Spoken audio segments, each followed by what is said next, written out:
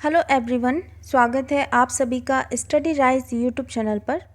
तो जैसा कि आप सभी जानते हैं, हमारी यूपी टीजीटी पीजीटी राजनीति शास्त्र की क्लासेस चल रही हैं। ये है प्रैक्टिस सेट नंबर 79। जिसने 78 नहीं देखे हैं तो वो लोग प्लेलिस्ट में जाकर देख सकते हैं। एक अलग से प्लेलिस्ट बनी हुई है यूपी टीजीटी पीजीटी राजनीति शास्त्र करके, तो आप वहाँ से जाकर भी चेकआउट कर सकते हैं। और इसके अलावा हमारी पीजीटी समाजशास्त्र और हिंदी साहित्य की भी क्लासेस चल रही हैं। जो भी बच्चा इनकी तैयारी कर रहा है तो हमारे यूट्यूब चैनल से ज़रूर जुड़े। तो चलिए फिर आज की वीडियो स्टार्ट करते हैं। तो आज का जो हमने टॉपिक लिया है, ये लिया है संसद, राज्यसभा, लोकसभा, समितियां आदि। तो इसमें पहला क्वेश्चन दिया गया है, लोकसभा का कार्यकाल है तो 6 साल है, 4 साल है, 3 साल है या फिर 5 साल है। तो कितना है लोकसभा का कार्यकाल? ये हो जाएगा ऑप्शन नंबर डी, यानी कि 5 साल। तो लोकसभा का कार्यकाल 5 साल का होता है, जिसकी गणना लोकसभा की पहली बैठक से होती है।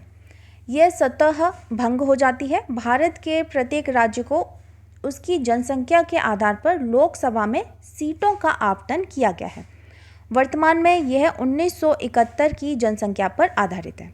तो इसमें जो सही है ये हो जाएगा ऑप्शन नंबर डी, आंसर इसमें राइट आंसर होगा। अच्छा, अगला है क्वेश्चन नंबर 2। बैठक हेतु विधानसभा के लिए गणपूर्ति होगी तो सदन की कुल ताकत का आधा हिस्सा, सदन के कुल सदस्यों में 2/3, सदन के कुल सदस्यों में से 1/10 या फिर 10 सदस्य। तो क्या होगा सेकंड का राइट आंसर? ये हो जाएगा ऑप्शन नंबर सी, सदन के कुल सदस्यों में से 1/10।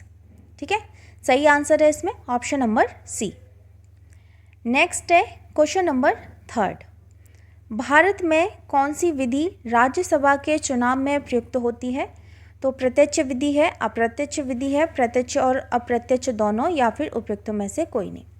तो भारत में कौन सी विधि है जो कि राज्यसभा के चुनाव में प्रयुक्त होती है? तो ये होती है ऑप्शन नंबर बी, अप्रत्यक्ष विधि। तो राज्यसभा के सदस्यों का निर्वाचन राज्य के विधानसभा के निर्वाचित सदस्यों द्वारा आनुपातिक प्रतिनिधित्व पद्धति के अनुसार एकल संक्रमणीय मत द्वारा होता है। अतः राज्यसभा के चुनाव में अप्रत्यक्ष विधि प्रयुक्त होती है। इसमें जो सही है ये हो जाएगा ऑप्शन नंबर बी, आंसर इसमें राइट आंसर होगा। नेक्स्ट है क्वेश्चन नंबर 4। भारत में संघ के मंत्री के लिए पद की शपथ का प्रारूप उपबंधित है। तो भारतीय संविधान की प्रथम अनुसूची में, भारतीय संविधान की द्वितीय अनुसूची में, भारतीय संविधान की तृतीय अनुसूची में और भारतीय संविधान की चतुर्थ अनुसूची में। तो क्वेश्चन क्या बोल रहा है कि भारत में संघ के मंत्री के लिए पद की शपथ का प्रारूप उपबंधित है। तो किसमें है? तो क्वेश्चन नंबर 3 का जो राइट आंसर है ये हो जाएगा ऑप्शन नंबर सी, भारतीय संविधान की तृतीय अनुसूची में। ठीक है, भारतीय संविधान की तृतीय अनुसूची में शपथ का किसमें प्रारूप उपबंधित है? तो ये तृतीय अनुसूची में है, तीसरी अनुसूची में। तो भारत के मूल संविधान में 8 अनुसूचियां थी। वर्तमान में बात की जाए तो अब इनकी संख्या कितनी हो गई है? ये हो गई है 12। ठीक है, संविधान की तीसरी अनुसूची में भारतीय संघ के कुछ पदाधिकारियों के शपथ और प्रतिज्ञान का प्रारूप उपबंधित है, जिसमें संघ के मंत्री, संसद सदस्य, उच्चतम न्यायालय के न्यायाधीश, नियंत्रक एवं महालेखा परीक्षक ये सभी शामिल हैं। तो इसमें जो सही है ये हो जाएगा ऑप्शन नंबर सी, आंसर इसमें राइट आंसर होगा। अगला है क्वेश्चन नंबर 5। लोकसभा के अध्यक्ष का निर्वाचन करते हैं तो विधानसभा के सदस्य, लोकसभा के सदस्य, राज्यसभा के सदस्य या फिर मंत्रिपरिषद के सदस्य। तो लोकसभा के अध्यक्ष का निर्वाचन करते हैं तो कौन करते हैं? ये करते हैं ऑप्शन नंबर बी, लोकसभा के सदस्य। लोकसभा के अध्यक्ष का निर्वाचन कौन करता है? लोकसभा के सदस्य। तो संविधान के अनुच्छेद 93 के अनुसार, 93 के अनुसार लोकसभा अपने ही सदस्यों में से अध्यक्ष का निर्वाचन करती है। लोकसभा अध्यक्ष लोकसभा का प्रमुख पदाधिकारी होता है और लोकसभा की सभी जो कार्यवाहियों का जो संचालन है वह कौन करता है? अध्यक्ष करता है। और लोकसभा अध्यक्ष को सदन में साधारण मतदान का अधिकार नहीं है, वह केवल मत बराबर होने की दशा में निर्णायक मत दे सकता है। तो इसमें जो सही है ये हो जाएगा ऑप्शन नंबर बी, आंसर इसमें राइट आंसर होगा। नेक्स्ट है क्वेश्चन नंबर 6। भारत में लोकसभा के प्रथम अध्यक्ष कौन थे? तो जीवी मावलंकर, एएस अयंगर, हुकुम सिंह या फिर नीलम संजीव रेड्डी। तो भारत में लोकसभा के प्रथम अध्यक्ष कौन थे? तो ये थे option number A G.V.. Mavalankar. तो 26 जनवरी 1950 को भारत का संविधान लागू हुआ था। ठीक है। वर्ष अक्टूबर 1951 से फरवरी 1952 के दौरान नए संविधान के अंतर्गत प्रथम आम चुनाव संपन्न हुआ। तत्पश्चात गठित प्रथम लोकसभा के अध्यक्ष के रूप में जी.वी. मावलंकर को चुना गया और वे अपनी मृत्यु यानी कि 27 फरवरी 1956 तक इस पद पर रहे। तो इसमें जो राइट आंसर हो जाएगा ये हो जाएगा ऑप्शन नंबर ए हो जाएगा, यानी कि जी.वी. मावलंकर। भारत में लोकसभा के प्रथम अध्यक्ष कौन थे? तो ये थे जी.वी. मावलंकर। नेक्स्ट क्वेश्चन की ओर बढ़ते हैं। क्वेश्चन नंबर 7, लोकसभा के पहले अध्यक्ष कौन थे? संजीव रेड्डी, बालयोगी, जी.वी. मावलंकर या फिर बी.डी. जत्ती? तो इसमें क्या है? जी.वी. मावलंकर ये लोकसभा के पहले अध्यक्ष थे। ठीक है। नेक्स्ट है क्वेश्चन नंबर 8, लोकसभा का प्रथम अध्यक्ष यानी कि स्पीकर कौन था? तो क्वेश्चन रिपीट हो रहा है, तो इसमें क्या हो जाएगा? ऑप्शन नंबर डी हो जाएगा, यानी कि जी.वी. मावलंकर। अच्छा, अगला है क्वेश्चन नंबर 9, यदि यह प्रश्न उठता है कि कोई विधेयक धन विधेयक है या नहीं, तो किसका विनिश्चय अंतिम होगा? राष्ट्रपति का विनिश्चय, सर्वोच्च न्यायालय के मुख्य न्यायाधीश का विनिश्चय, भारत के महालेखा परीक्षक एवं नियंत्रक का विनिश्चय या फिर लोकसभा के अध्यक्ष का विनिश्चय? तो यदि यह प्रश्न उठता है कि कोई विधेयक धन विधेयक है या नहीं, तो ये किसका विनिश्चय अंतिम होगा? तो ये होगा ऑप्शन नंबर डी, लोकसभा के अध्यक्ष का विनिश्चय। ठीक है। तो भारतीय संविधान के अनुच्छेद 110 में धन विधेयक की परिभाषा दी गई है। अनुच्छेद 110 के 3 में, अनुच्छेद 110 के 3 के अनुसार यदि यह प्रश्न उठता है कि कोई विधेयक धन विधेयक है या नहीं, तो उस पर लोकसभा के अध्यक्ष का निर्णय अंतिम होता है। तो इसमें जो सही है ये हो जाएगा ऑप्शन नंबर डी, आंसर इसमें राइट आंसर होगा।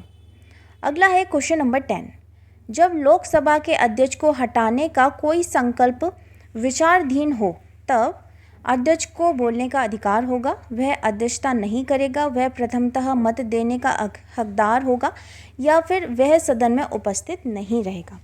तो हमें बताना है इसमें कौन सा कूट सही दिया गया है। तो देखो, जब लोकसभा के अध्यक्ष को हटाने का कोई संकल्प विचाराधीन हो गया तब अध्यक्ष को बोलने का अधिकार होगा, वह अध्यक्षता नहीं करेगा, वह प्रथमतः मत देने का हकदार होगा। तो इसमें राइट आंसर होगा ऑप्शन नंबर बी हो जाएगा, यानी कि 1, 2, 3 इसमें सही दिए गए हैं। तो इसमें जो राइट आंसर होगा ये हो जाएगा ऑप्शन नंबर बी, इसमें सही हो जाएगा।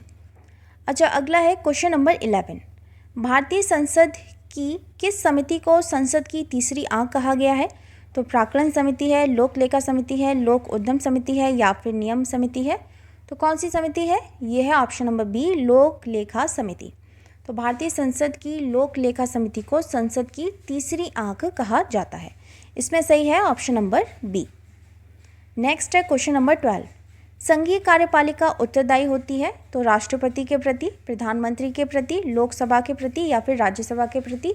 तो किसके प्रति होती है? ये होती है लोकसभा के प्रति। संघीय कार्यपालिका उत्तरदायी होती है किसके प्रति होती है? लोकसभा के प्रति होती है। सही है इसमें ऑप्शन नंबर सी। नेक्स्ट है क्वेश्चन नंबर 13, भारत में संघीय कार्यपालिका सामूहिक रूप से उत्तरदायी होती है तो राष्ट्रपति के प्रति, राज्यसभा के प्रति, लोकसभा के प्रति या फिर प्रधानमंत्री के प्रति? तो बताइए क्या है? ये है ऑप्शन नंबर सी हो जाएगा, यानी कि लोकसभा के प्रति।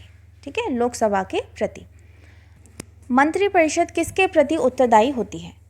राष्ट्रपति, लोकसभा, उपराष्ट्रपति या फिर सर्वोच्च न्यायालय? तो किसके प्रति होगी? तो लोकसभा के प्रति होगी। मंत्रिपरिषद किसके प्रति होगी? लोकसभा के प्रति। नेक्स्ट है क्वेश्चन नंबर 15, केंद्रीय मंत्रिपरिषद सामूहिक रूप में उत्तरदायी होती है तो राज्यसभा के, लोकसभा के, राष्ट्रपति के या लोकसभा अध्यक्ष के? तो ये हो जाएगा लोकसभा के। ठीक है, ऑप्शन नंबर बी इसमें राइट आंसर होगा। अगला है केंद्रीय मंत्रिपरिषद सामूहिक रूप से उत्तरदायी होती है तो देखो इसमें बी हो जाएगा, लोकसभा के प्रति होती है। ठीक है, 15 का राइट आंसर है ऑप्शन नंबर बी हो जाएगा। ठीक है, ऑप्शन नंबर बी। नेक्स्ट है क्वेश्चन नंबर 16, निम्नलिखित नेताओं के भारत के प्रधानमंत्री बनने का सही क्रम क्या है? अपना उत्तर नीचे दिए गए कूट का प्रयोग करते हुए दें। तो क्या है? नेताओं के भारत के प्रधानमंत्री बनने का सही क्रम। तो देखो, चंद्रशेखर, बीपी सिंह, आई.के. गुजराल और देव गौड़ा। तो बताइए इसका सही क्रम क्या होगा? तो इसमें जो सही है, जो इसमें जो राइट आंसर है ये हो जाएगा ऑप्शन नंबर बी हो जाएगा, यानी कि 2143। सबसे पहले बीपी सिंह, उसके बाद चंद्रशेखर, उसके बाद देवगौड़ा और फिर आई के गुजराल। ठीक है, आई के गुजराल सही आंसर है इसमें ऑप्शन नंबर बी। अगला है क्वेश्चन नंबर 18। भारतीय संविधान के किस अनुच्छेद के अंतर्गत मंत्रीगण सामूहिक रूप से लोकसभा के प्रति उत्तरदायी है? तो अनुच्छेद 73, 74, 75 या फिर 76। तो बताइए किसके कौन सा अनुच्छेद है? तो ये है ऑप्शन नंबर सी, अनुच्छेद 75। तो भारतीय संविधान के अनुच्छेद 75(3) के अनुसार केंद्रीय मंत्रिपरिषद सामूहिक रूप से लोकसभा के प्रति उत्तरदायी होती है। इसे सामूहिक उत्तरदायित्व कहा जाता है। सामूहिक उत्तरदायित्व संसदीय शासन प्रणाली की एक प्रमुख विशेषता है। ठीक है, तो इसमें जो सही है ये हो जाएगा ऑप्शन नंबर सी आंसर, इसमें राइट आंसर होगा। अगला है क्वेश्चन नंबर अच्छा ये रिपीट हो गया है। नेक्स्ट है क्वेश्चन नंबर 19। संसद की अनुमति से राष्ट्रीय आपातकाल बढ़ाया जा सकता है अधिकतम 3 वर्ष के लिए, अधिकतम 1 वर्ष के लिए, अनिश्चितकाल के लिए या फिर अधिकतम 6 महीने के लिए। तो संसद की अनुमति से राष्ट्रीय आपातकाल बढ़ाया जा सकता है। तो ये कितना बढ़ाया जा सकता है? ये बढ़ाया जा सकता है अधिकतम 6 महीने के लिए। तो संविधान के अनुच्छेद 352 के तहत भारत का राष्ट्रपति युद्ध, बाह्य आक्रमण या सशस्त्र विद्रोह की स्थिति उत्पन्न होने पर राष्ट्रीय आपातकाल की घोषणा कर सकता है और आपातकाल की उद्घोषणा का अनुमोदन संसद के दोनों सदनों द्वारा 1 माह के भीतर होना आवश्यक है। संसद के दोनों सदनों से अनुमोदन के पश्चात आपातकाल 6 माह तक जारी रहेगा तथा 6 माह में संसद के अनुमोदन से इसे आगे भी जारी रखा जा सकता है। तो इसमें जो सही है ये हो जाएगा ऑप्शन नंबर डी आंसर, इसमें राइट आंसर होगा। अगला है क्वेश्चन नंबर 20 और आज का लास्ट क्वेश्चन है।